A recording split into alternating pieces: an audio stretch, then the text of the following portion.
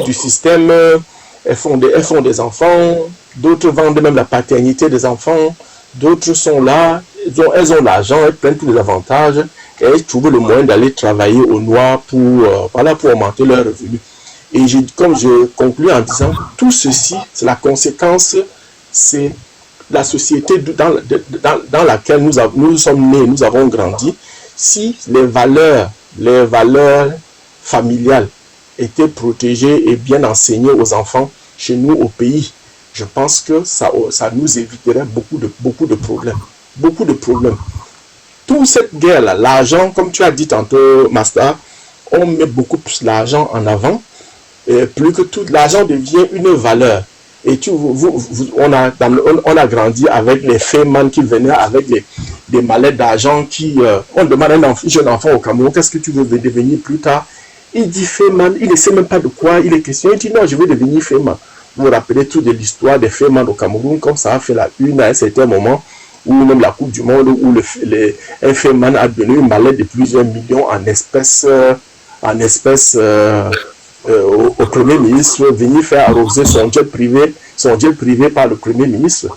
Et puis, les dirigeants sur place qui ont cautionné cela, ils ne savent pas que ça joue dans l'éducation des enfants. Les enfants qui observent cela. Et les aînés qui sont devant sont une espèce de miroir, de miroir pour la jeunesse. Alors, si vous êtes ceux qui sont devant posent des actes négatifs qui sont médiatisés, ça aura des conséquences sur le mental des plus jeunes. Alors que si ces valeurs familiales et tout étaient bien préservées, l'impact devrait être aussi positif. Voilà, et je pense que nous sommes tous victimes de cela. Chez nos parents, on voit beaucoup de nos parents ont vécu pendant 40 ans, 50 ans, jusqu'à leur mort avec une seule femme. Mais de nos jours, combien de jeunes restent dans le mariage? Après quelques années, il y a des tensions de à gauche à droite, et puis on finit par... Les gens, il y a beaucoup même qui résident dans des maisons et qui ne se parlent pas. Ils sont en couple dans une maison, mais ils ne se parlent pas. Ils ne se voient même pas. L'un sort tôt le matin quand l'autre est en train d'entrer. Ils ne se voient pas, ils ne se parlent pas. Mais ils ont des enfants. Comment on va éduquer ces enfants-là? Quelle éducation on va donner à ces enfants-là? Dans la diaspora, il y a beaucoup d'enfants de Camerounais qui grandissent dans les foyers parce qu'on a enlevé la garde à leurs parents. Pourquoi? Parce que les parents sont incapables de donner une éducation à ces enfants. Ils ne sont pas là pour ces enfants. Et il y a des manquements tous les jours, des manquements qui arrivent au niveau de l'administration et qui ont fini par envoyer des gens venir voir à la maison comment les gens vivent. On interroge les enfants à l'école. C'est qu'on oublie, les enfants sont naïfs. À l'école, on leur pose des petites questions, comme des petits jeux, et puis juste pour savoir comment ça se passe à la maison. Parfois, ils prennent ça comme juste... comme si on s'intéressait juste à eux, comme si, voilà, tout à fait normal, sans arrière-pensée, et racontent ce qui se passe à la maison. Et c'est comme ça que discrètement, on envoie des gens vérifier de près, et on retire la garde des enfants aux parents. Et je connais dans mon entourage aussi plusieurs parents camerounais à qui on a retiré la garde des enfants.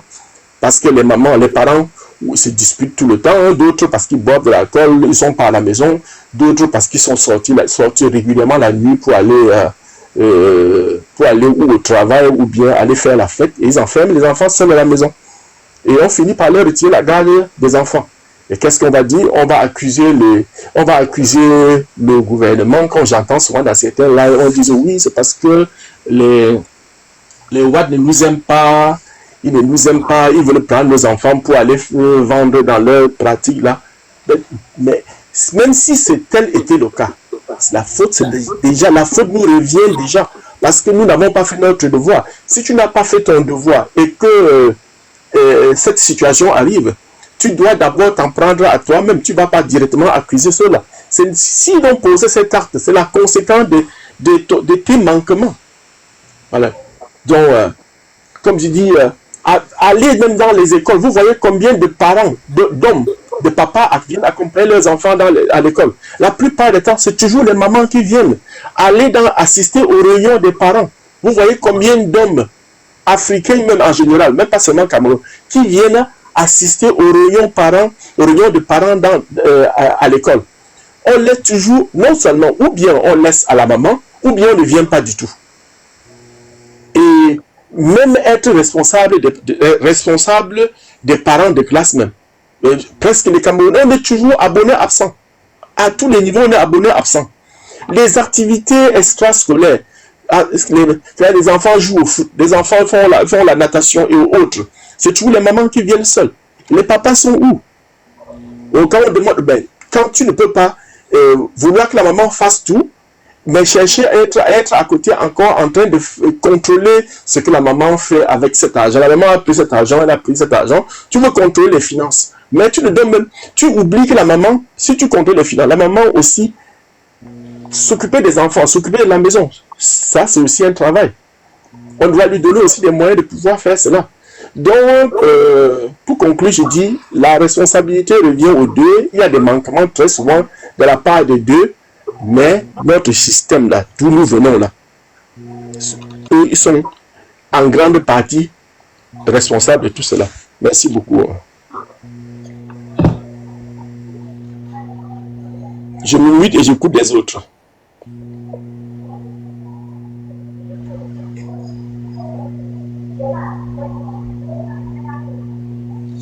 C'est bon, Master. Allô? Vous m'écoutez? On t'écoute, est-ce qu'il faut changer de panel ou pas? Non, il ne faut pas changer de panel. Il n'y a pas de panel à changer, non. Master ne présente pas aujourd'hui. On garde le même panel et on garde le même... Je veux juste changer le thème. C'est bon? On garde le thème, non? Oui. On garde le thème ou on change? Bon, on garde le thème. Le thème sur la fête des mères. Ouais, la fête des mères. Oui, je vais changer ça tout à l'heure. Donc, si quelqu'un peut continuer, il continue à débattre là-dessus, puisque le frère vient de terminer. Donc, tu veux en parler, tu prends la parole. Oui, je peux dire quelques mots là. Quelques mots. C'est vrai que Wario a dit beaucoup de choses. Je pense que moi, je peux parler en tout cas de l'expérience de couple hommes et femmes, spécialement en diaspora, parce que moi, je n'ai pas vécu cette expérience-là au Cameroun. Donc, comment est-ce que je peux dire ça? Moi, s'il te plaît, oui. Attends une seconde. Elumi. D'accord. Oui. Pardon? Il te faut combien de temps pour changer la fiche là? Attends, donnez-moi quelques minutes seulement. Oui, parce que c'est très important. Ceux qui nous rejoignent doivent déjà prendre connaissance de ce dont nous sommes en train de parler. Bon, c'est bon comme ça, j'arrête comme ça. Je dis, la femme a l'honneur. Bonne fête des mères. Je voulais dire aussi, Beloni, c'est trop touffu aussi. Hein. Ce qui est écrit là, c'est trop touffu pour lire. Non, il est en train de... Non, ce n'est pas ça, je vais enlever. Il est en train de changer. Je veux dire pour le prochain, quoi. Pour le prochain thème, n'écris pas touffu comme ça. Ok. Mais nous n'attendons que ça, hein, Beloni, parce que ceux qui nous rejoignent doivent savoir de quoi il est question. Bon, j'ai fait 4 lignes, c'est bon, je vous dis lire, non? Voilà, c'est ça que je disais là. La femme a l'honneur. La femme a l'honneur. La femme, je le t'aime, la femme a l'honneur. Bonne fête de la mère, c'est bon? Bon, la femme a l'honneur, oui, mais également, tu dois parler de la cellule familiale. Bonne fête des mères, c'est bon? Quelle place donner à la mère ou à la femme dans notre vie? C'est bon? Oui, on peut aller comme ça. Je continue encore? Non, laisse comme ça, Beloni, c'est bon. C'est bon. On y va comme ça. Mets-en en grand. Ok. Et tu mets aussi sur la fiche externe, parce qu'il y a une affiche externe et interne. Ok. C'est bon, vous pouvez alors continuer. D'accord, ok. Bon, ben, nous attendons. Donc, nous allons constater nous-mêmes que la fiche a changé. Donc, avant de donner la parole à Dormo, j'aimerais tout simplement renchérir sur ce que Warrior a dit. Ce que Warrior a dit, comme quoi, voilà, sachant que pour devenir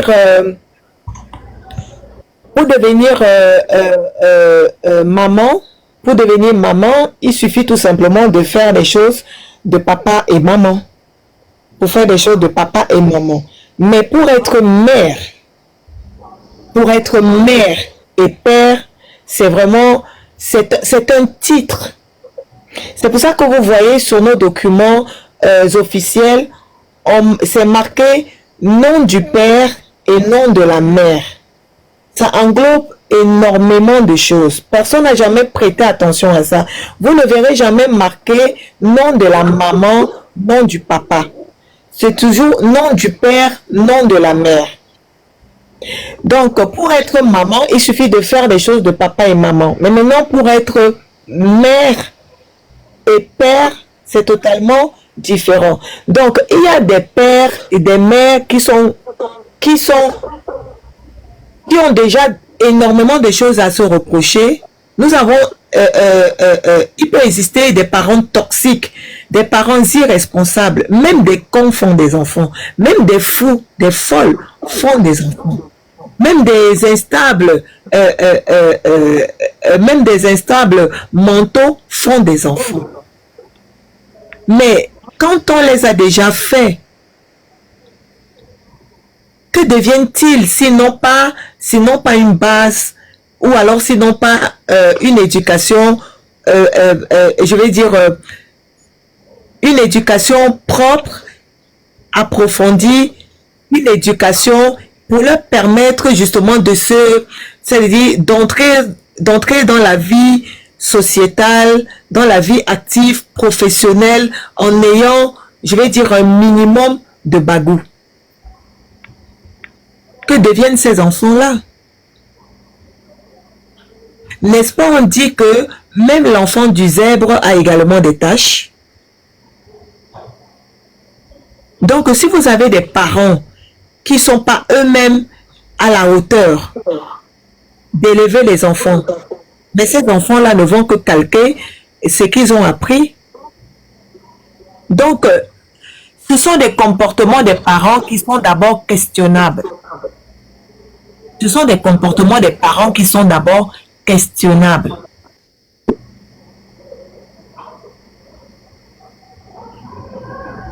Voilà, c'est de ça dont nous allons parler.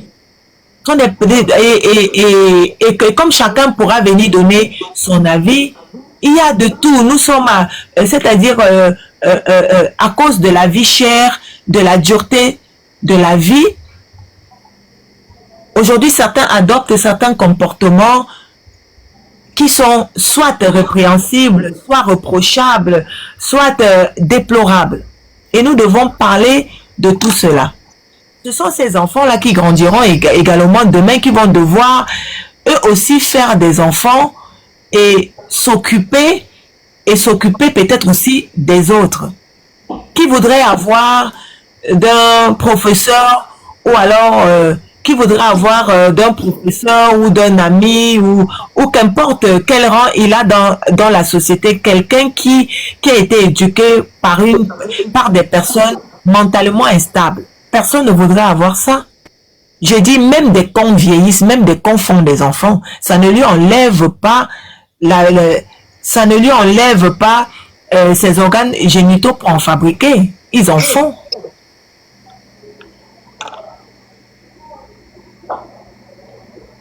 Ils en font. Donc c'est de tout ce dont nous allons discuter aujourd'hui. Oui, Domo, nous t'écoutons. Est-ce que vous m'entendez correctement? Oui. D'accord. Donc, moi, je vais parler plus. Et tout à fait, Kena. Il y a une différence entre mère et maman. Mon expérience Oui, il y a une différence. En diaspora. Il y a une différence. Parce que Dans moi, tu as des problèmes de connexion. Bellomi, si tu peux revenir rapidement comme ça, si je dois m'absenter pour un impératif, ce Il n'y serait a pas eu de vie de couple au Cameroun, donc Non, je suis là.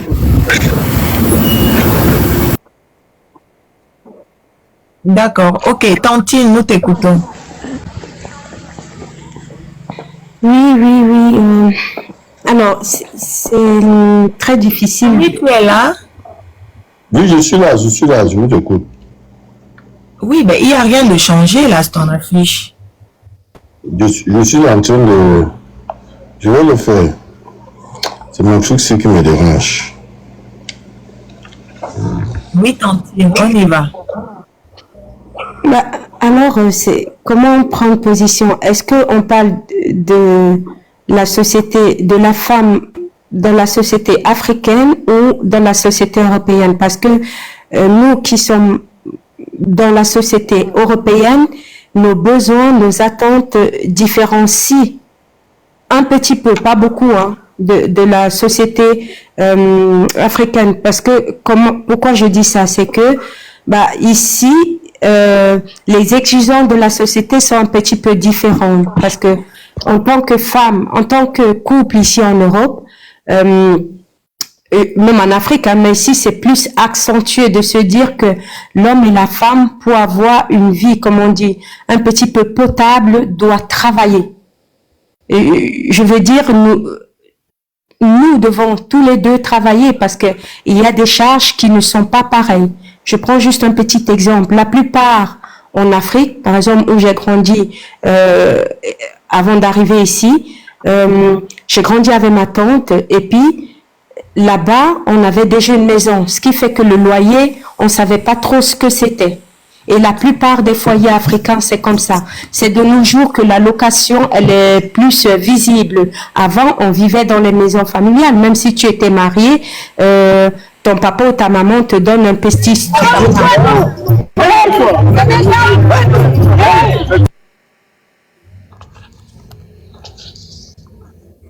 Voilà, je disais, ton papa ou ta maman, il a un bout de terrain là de 1000 mètres carrés, on te donne 300 mètres carrés et tu construis un petit truc, tu peux vivre. Maintenant, transporter ici, nous qui sommes venus ici, que nous sommes mariés ici, nous avons des enfants ici, cette société, elle est un peu différente. C'est que pour pouvoir survivre ici, en tout cas où je vis, et je vois autour de moi, tous les couples travaillent. C'est très rare de voir, à part si le monsieur a beaucoup d'argent, hein, mais des foyers, comme on dit, des foyers moyens, à revenus moyens. Les deux travaillent toujours et c'est pas des petits taux. C'est soit l'homme travaille à 100% et la femme travaille à 80%. Si elle fait moins, ça devient un petit peu compliqué. Donc, ce qui fait que c'est très difficile de pallier le tout. Parce que la femme, elle n'est pas forcément à la maison pour l'éducation des enfants. C'est où ça devient très, très, très compliqué. Je prends toujours l'exemple sur moi. Hein. Moi, je suis obligée de travailler. Obligée. Je sais pas si c'est le mot à dire. Obligée. Non. Parce qu'il n'y a aucune obligation, comme tu l'as dit, Star. Hein. C'est nous qui choisissons notre vie. Mais dans la société actuelle, pour avoir un semblant de vie, entre guillemets, de se lever le matin, de pouvoir payer des choses à nos enfants. Et nos enfants sont dans une société de consommation. Donc, quand il va à l'école, il veut ci, il veut ça, il veut ça. Et en tant que maman, tu as envie d'offrir ce qui est bien pour ton enfant. Donc, ce qui fait que pour offrir ce qui est bien pour ton enfant, tu es obligé de travailler pour pas être en manque, pour pas que l'enfant se sente mal à l'aise, parce que l'école ici, en Europe, vraiment, c'est comme une espèce de concurrence où tout le monde vient montrer ce qu'il a. Donc, les obligations sont lourdes, mais vraiment très, très, très lourdes. Donc, tu travailles à 100%. Ton mari travaille à 100%. Qu'est-ce qu'il y a à faire? C'est au détriment de nos enfants, malheureusement. C'est au détriment de nos enfants. Qui gâte nos enfants? C'est les mamans de jour. Et la maman de jour ne pourra jamais donner l'éducation que tu as envie de donner à tes enfants. Ce qui fait que nous, en tant qu'Européens, on est un peu perdus parce que l'Européen, lui, il a connu ça toute sa vie. C'est une société dans laquelle il a déjà l'habitude de faire. Il sait comment faire, il sait comment s'adapter et puis tout.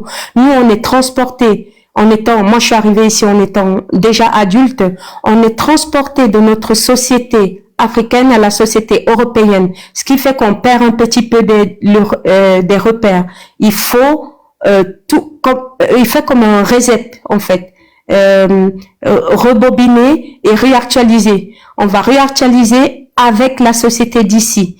Donc, je comprends tout à fait l'effet qu'on dit, on arrive, nous les Africains, on n'arrive pas, on se discute les allocations familiales, si. Moi, je mets toujours l'effet de la transposition. Ça veut dire que on a été percuté dans une société qui est vraiment, à mon avis, difficile. Et on fait le mieux qu'on peut. Donc moi je suis pas là pour jeter à la pierre, je suis pas là pour lancer des cailloux pour dire l'homme a fait ci, la femme elle a fait ça. Oui, il y a des manquements. Oui, on peut faire mieux. Mais nous sommes après tout humains, nous ne sommes pas parfaits. Parce que de nos jours, tu peux donner une éducation parfaite à ton enfant, je dis bien parfaite. Et quand il est adulte, il décide de faire ce qu'il veut, parce que c'est un être humain à part entière. Nos enfants, c'est notre miroir. Peut-être quand ils sont petits, parce qu'on les éduque, et puis qu'on dit, vous faites pas ça, vous faites pas ça, vous faites pas ça. Mais c'est des personnes à part entière quand ils vont grandir. Quand ils vont grandir, ils vont décider de ce qu'ils doivent faire et ce qu'ils veulent faire. Et là, on n'aura plus notre mot à dire. Parce que c'est comme ça. C'est des êtres humains. Moi, je dis, il faut un petit peu être tolérant envers nous les Africains, surtout nous. Moi je trouve que souvent des discours que je suis sur internet, je trouve souvent que c'est très dur. On est très dur avec nous, on a l'impression qu'on peut pas faire d'erreur. C'est pas seulement nous qui manquons à l'éducation, c'est tout le monde, que ça soit noir, blanc, rouge, jaune, machin, tout le monde. Il y a des enfants de tous bords où on rate l'éducation. Il faut juste être... Je suis vraiment d'accord avec toi, parce que moi aussi j'ai vécu la même situation, donc je te comprends très bien, Tantine. Donc, dans ma lignée. Voilà. Donc pour en revenir au fait que soyons un petit peu plus tolérants avec nous. Nous, on traverse quand même... On n'a pas grandi ici avec des jouets. Moi, je me rappelle quand j'étais petite, j'ai jamais eu de poupée de ma vie. À 6 ans, je vendais déjà des cacahuètes, les arachides grillés, les bâtons de manioc, hein, à 6 ans. Avec ma petite sacoche, on m'envoyait faire des 2 heures, des 4 heures de route. Donc, on n'a pas eu la vie facile. On a grandi vraiment à la dure. Ça n'excuse pas tout. Mais quelqu'un comme moi, j'ai pas profité de mon enfance. En quelque sorte, si on veut bien voir, je sais pas quelle éducation donner à mes enfants. Je sais pas, j'ai été toujours... Je suis toujours entre la dure et la dure. Parce que c'est ce que j'ai appris. Je vais compléter ce que Tantine dit. Je dis toujours à mes enfants, vous êtes nés et grandis au paradis. Je leur dis ça tout le temps. Ils peuvent m'en témoigner après, plus tard, quand je serai plus là. Je dis à mes enfants, ce que tu viens de dire là, vous n'avez pas vécu ce que nous, on a vécu. On n'a pas connu ce que le bonheur, vous avez tout. Et pour ça, comme j'ai pas de mots, je vous dis, vous êtes nés et grandis au paradis. Parce que vu ma vie, d'où je viens, dans mon petit Cameroun, estimez-vous vraiment heureux. Parce que en plus de ça, je vous offre tout. On parle des allocations. Les allocations, quand tu accouches en Europe ou bien dans le pays où je me trouve, quand tu accouches, on te donne un petit de quoi rester à la maison, même ou t'occuper de tes enfants. Tu n'es pas obligé de travailler parce qu'on te donne ça pour que tu puisses t'occuper de tes enfants. Et tu prends cet argent, tu t'occupes de tes enfants, tu leur donnes tout ça, tout ce que toi tu n'as pas eu. Oh, c'est des riches en Afrique qui offrent ça peut-être à leurs enfants. Toi, la pauvre maman, tu prends ça, tu t'occupes de tes enfants, et les hommes camerounais ou bien africains qui voient cet argent que la CAF donne, hein, ils donnent pour s'occuper de ces enfants-là, ils pensent que tu es riche. Ils pensent qu'avec cet argent-là, ils peuvent en profiter, tout est facile, la facilité et tout. Oh, ces enfants-là ont des exigences. Les exigences, je vous dis, la tenue d'un enfant aujourd'hui, même à l'école primaire, sa tenue d'aujourd'hui coûte 140 € ou 240 €. Rien que la tenue, sans compter les chaussures. Ça coûte 240 €. Hein? Tu prends cet argent-là que l'État te donne, qui coûte l'argent qu'on donne aux parents isolés, là, par exemple. Moi, je suis en France, moi, je parle de la France. Hein. Ils donnent 180 € pour t'occuper si le papa ne s'en occupe pas. Ça, c'est un exemple clé. Moi, je vais terre à terre.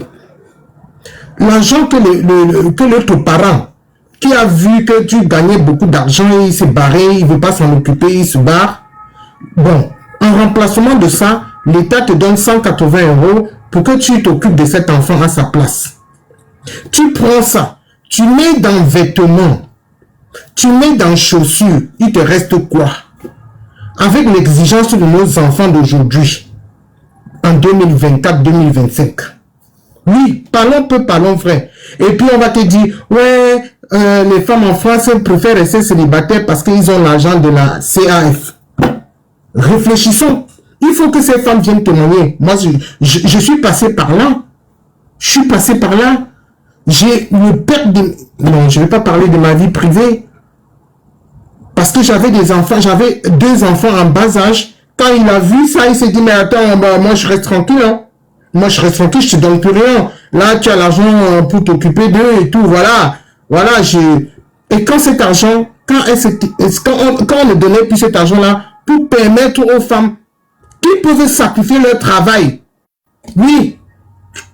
Qui peuvent sacrifier leur boulot. Parce qu'entre nous deux, il y a une personne qui doit toujours sacrifier.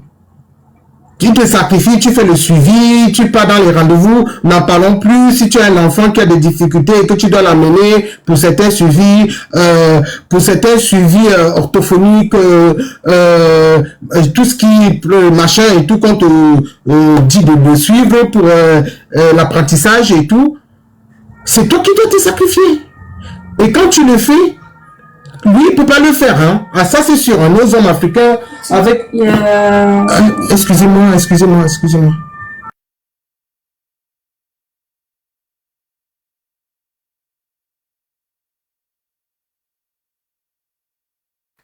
Je disais, c'est juste pour dire que ça soit homme ou femmes africains ou je sais pas, soyons juste tolérants avec nous. On fait du mieux qu'on peut.